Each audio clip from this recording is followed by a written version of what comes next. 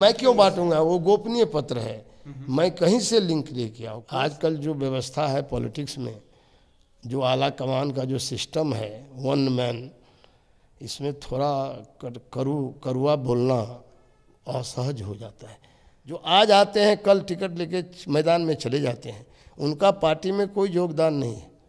हम लोग 2 साल से खटे, पहले भी लगातार रहे। कम से कम जो बचे हुए सीट हैं उसमें भी तो कम जो कार्यकर्ता है, जो समर्पित नेता हैं पार्टी में, जिनका पार्टी निर्माण में, संघर्ष में योगदान है, ऐसे लोगों को दिया जाए। एक तरफ देखिए रहे हैं जो गारंटी वाले नारा देते हैं, उनकी कोई गारंटी नहीं है। विपक्ष में भी कोई गारंटी वाला नहीं आएगा तो विपक्ष का भविष्य क्या होगा, ये भी चिंता का विषय। सब घर देखा एके लेखा। वो मनुवाद के विरोध करने वाले लोग हैं, वो मनीवाद का शिकार हो रहे हैं, चाहे जहाँ भी रहे हों, जिस भी गठबंधन में हो, जहाँ भी हो। किसी भी पॉलिटिकल पार्टी में आज आंतरिक जनतंत्र महफूज नहीं है। नमस्कार, मैं विष्णु नारायण द जनताना के लिए पटना बिहार से। इस समय टिकट कटने और बंटने का दौर है। बिहार के भीतर या देश भर में कहीं दलों का विलय हो रहा है, कहीं नए नए दल जो हैं अलग अलग गठबंधनों में, दलों में शामिल हो रहे हैं, टिकटों का बंटवारा। तो इस बीच एक और लेटर की चर्चा होने लगी है, और वो लेटर समाजवादी नेता देवेंद्र प्रसाद यादव, जो केंद्रीय मंत्री रहे किसी दौर में और कर्पूरी ठाकुर जी के लिए इस्तीफा भी दिया, उन्होंने एक लेटर लिखा है। हालांकि वो लेटर उन्होंने अपने राष्ट्रीय अध्यक्ष लालू प्रसाद जी के लिए लिखा था, मगर वो मीडिया में वो लेटर और उसका जो मंतव्य, मंशा जो है वो तैरने लगी है। सर, वो लेटर लिखने की क्या ज़रूरत पड़ी आपको? देखिए, जब मुझे लगा कि जो सामाजिक न्याय, धर्मनिरपेक्षता का सिद्धांत और जो इस धारा है, वो धारा में जो तौर तरीका है टिकट बंटवारे का, उससे कहीं न कहीं वो बाधित होता है, खलल पहुंच रहा है उस धारा को। तो हमको इस धारा को बचाने के व्यापक तरीके से बचने के लिए राष्ट्रीय अध्यक्ष ही सक्षम है कि इस पर विचार करेंगे। कम से कम जो बचे हुए सीट हैं उसमें भी तो कम जो कार्यकर्ता है, जो समर्पित नेता हैं पार्टी में, जिनका पार्टी निर्माण में, संघर्ष में योगदान है, ऐसे लोगों को दिया जाए। बाहरी लोग आयात करके लाना, इम्पोर्टेड लीडर को यहाँ टिकट मिल रहा है। जो आज आते हैं कल टिकट लेके मैदान में चले जाते हैं, उनका पार्टी में कोई योगदान नहीं है। हम लोग 2 साल से खटे, पहले भी लगातार रहे, कई बार हटे गुटे, हमने कभी अवहेलना नहीं किया। बड़े भाई जब भी बुलाया हमने, चूँकि धारा ऐसा है जिस धारा से हम लोग जुड़े हुए हैं, हम लोग समझौता करते हैं, लेकिन सिद्धांत से हम समर्पण नहीं कर सकते। ये हमारी कमजोरी। एक चीज़ मैं आपसे पूछूं, देवेंद्र यादव का इतना लंबा पॉलिटिकल करियर, इमरजेंसी से लेकर के अब तक का, क्या खरी खरी कहना आपके खिलाफ जाता है? मैं समझता हूँ सच बोलना कड़वा लगता है। आजकल जो व्यवस्था है पॉलिटिक्स में, जो आला कमान का जो सिस्टम है, वन मैन, इसमें थोड़ा करुआ बोलना असहज हो जाता है। पहले नहीं होता था, आंदोलन में तो सब कुछ चलता था। अब पता नहीं ये नया एक कल्चर आ गया है, संस्कृति आ गया है, कठोर बोलना ही अपराध हो गया है। लेकिन हमको उसका गम भी नहीं है। कठोर सच तो हम बोलेंगे, चूँकि हम समाज के हित में बोल रहे हैं। देखिए, चालाकी से समाज का, राष्ट्र का, देश का, प्रदेश का भला नहीं हो सकता है। विश्वास से और चरित्र से ही देश का, इसलिए हम विश्वास को चाहते हैं नहीं टूटे।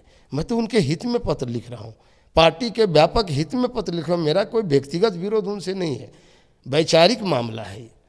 विचारधारा बचे, संरक्षित रहे, ताकि जो लोकतंत्र पर आज खतरा है, जो संविधान पर खतरा है, उस महफूज रहे लोकतंत्र। इसकी ये आखिरी लड़ाई है। सर, आपने तो वो पत्र जो है वो मीडिया को बांटा नहीं। मैंने बांटा नहीं। आपने बांटा नहीं, और आपके पार्टी मैं क्यों बांटूंगा? वो गोपनीय पत्र है, मैं कहीं से लिंक लेके आऊँ। कोई साबित कर दे कि मैं कभी पत्र किसी को दिया, आज आपको भी नहीं दे सकते हैं। मेरे लिए ये दिक्कत है। सर, आप समाजवादी राजनीति की, सामाजिक न्याय की बातें करते हैं, और अब पार्टियों में, तमाम पार्टियों में जिस तरीके से एक सिस्टम दिख रहा है कि पैसे को वरीयता दी जा रही है, तो आपको लगता है कि सामाजिक न्याय वाले भी उसी तरीके की लड़ाई लड़ रहे हैं जहां पैसे को तरजीह नहीं दी जा रही है? देखिए, मैं कबीर साहब के विचार से भी प्रभावित हूँ। कबीर साहब ने कहा था, सब घर देखा एके लेखा। जितनी दल हैं अफसोस है। इस बात कहते हुए काफ़ी दुख पहुंच रहा है। क्या हो गया, कैसे बदल रहा है चीज़ें। इससे जो भविष्य आने वाला नौजवान है, जो बेरोजगारी के लिए बिल्कुल तत्पर है कि हमको हमारा रोजगार मिले, रोजगार का अवसर खुले, महंगाई है, भ्रष्टाचार है, जो समाज में शिक्षा का व्यवस्था है, क्या होगा उसका। ये एक यक्ष प्रश्न खड़ा हो गया है। जब यही कल्चर चलेगा तब तो भाई सीधा हो गया कि जो मनुवाद के विरोध करने वाले लोग हैं वो मनीवाद का शिकार हो रहे हैं, चाहे जहाँ भी रहे हों, जिस भी गठबंधन में हो, जहाँ भी हो। इसीलिए मैंने कहा कि कबीर साहब ने कहा था, सब घर देखा एक के लेखा। ये बड़ा भारी संकट है। आज के राजनीतिकों को चिंतन करना चाहिए, इस पर सोचना चाहिए, विचार करना चाहिए। सर, आपने नौजवानों के करियर के और भविष्य के साथ साथ एक और बात उस लेटर में लिखी है जो चारों तरफ चल रही है कि आपने जो तेजस्वी यादव का एक पॉलिटिकल करियर है, पिछले बार के विधानसभा चुनाव में जिस तरीके से उनका अराइवल हुआ और इस बीच जिस तरीके से टिकटों का बंटवारा हो रहा है, हम ये देख रहे हैं कि बहुत सारे लोग तत्काल प्रभाव से पार्टी ज्वाइन कर रहे हैं, उनकी टिकट का घोषणा हो जा रही है। आप जैसे लोग जो समाजवाद को लेकर के आजीवन चलते रहे, वैसे लोग, चूँकि आप, ये जाहिर है कि आप झंझारपुर के प्रतिनिधि रहे हैं, झंझारपुर को लेकर के फिर से आपकी कोशिशें थी और झंझारपुर जैसी सीट पर किन्हीं और दल को, जो कि आनंद फानंद में एनडीए से स्विच करके इस तरफ आता है, उसको टिकट मिल गया है।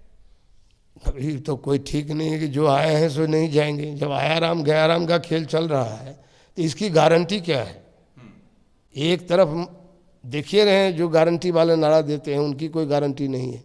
विपक्ष में भी कोई गारंटी वाला नहीं आएगा तो विपक्ष का भविष्य क्या होगा, ये भी चिंता का विषय। गारंटी वाला नहीं ना है जो आ रहे हैं, तो यहाँ तो गजब स्थिति बन रही है।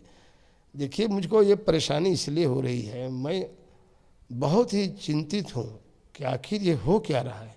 राजनीति तो पटरी से उतर रही है, चाहे किसी दल का हो।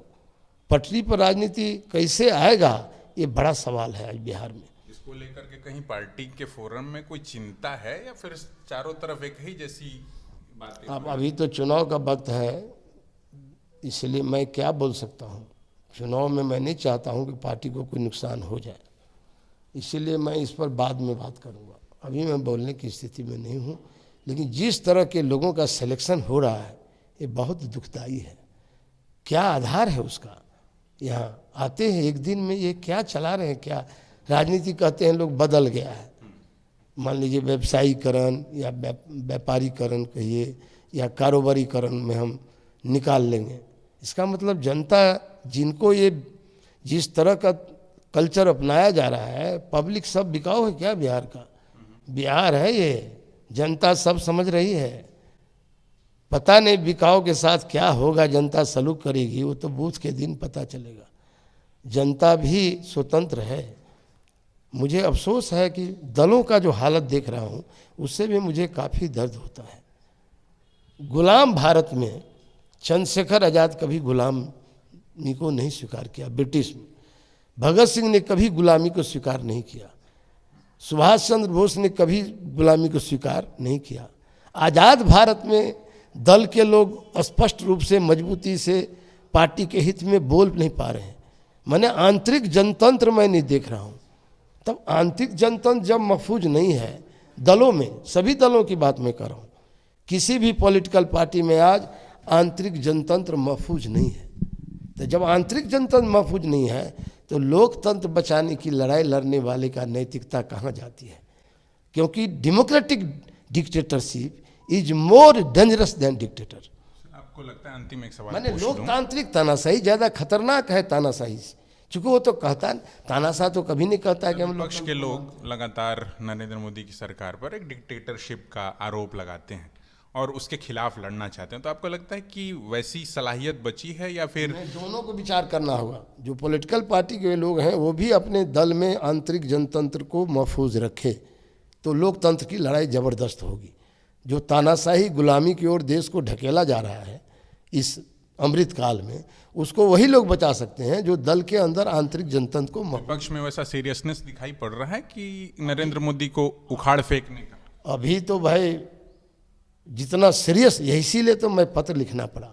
गंभीरता, उतनी सांप्रदायिक ताकत से लड़ने की जो गंभीरता होनी चाहिए उसके ज़्यादा बजाय है कि अपने दल के अंदर अच्छे अच्छे कार्यकर्ता, अच्छे समर्पित कार्यकर्ता और नेता को नज़रअंदाज कर उनकी भावनाओं को ठेस पहुंचाया जाए।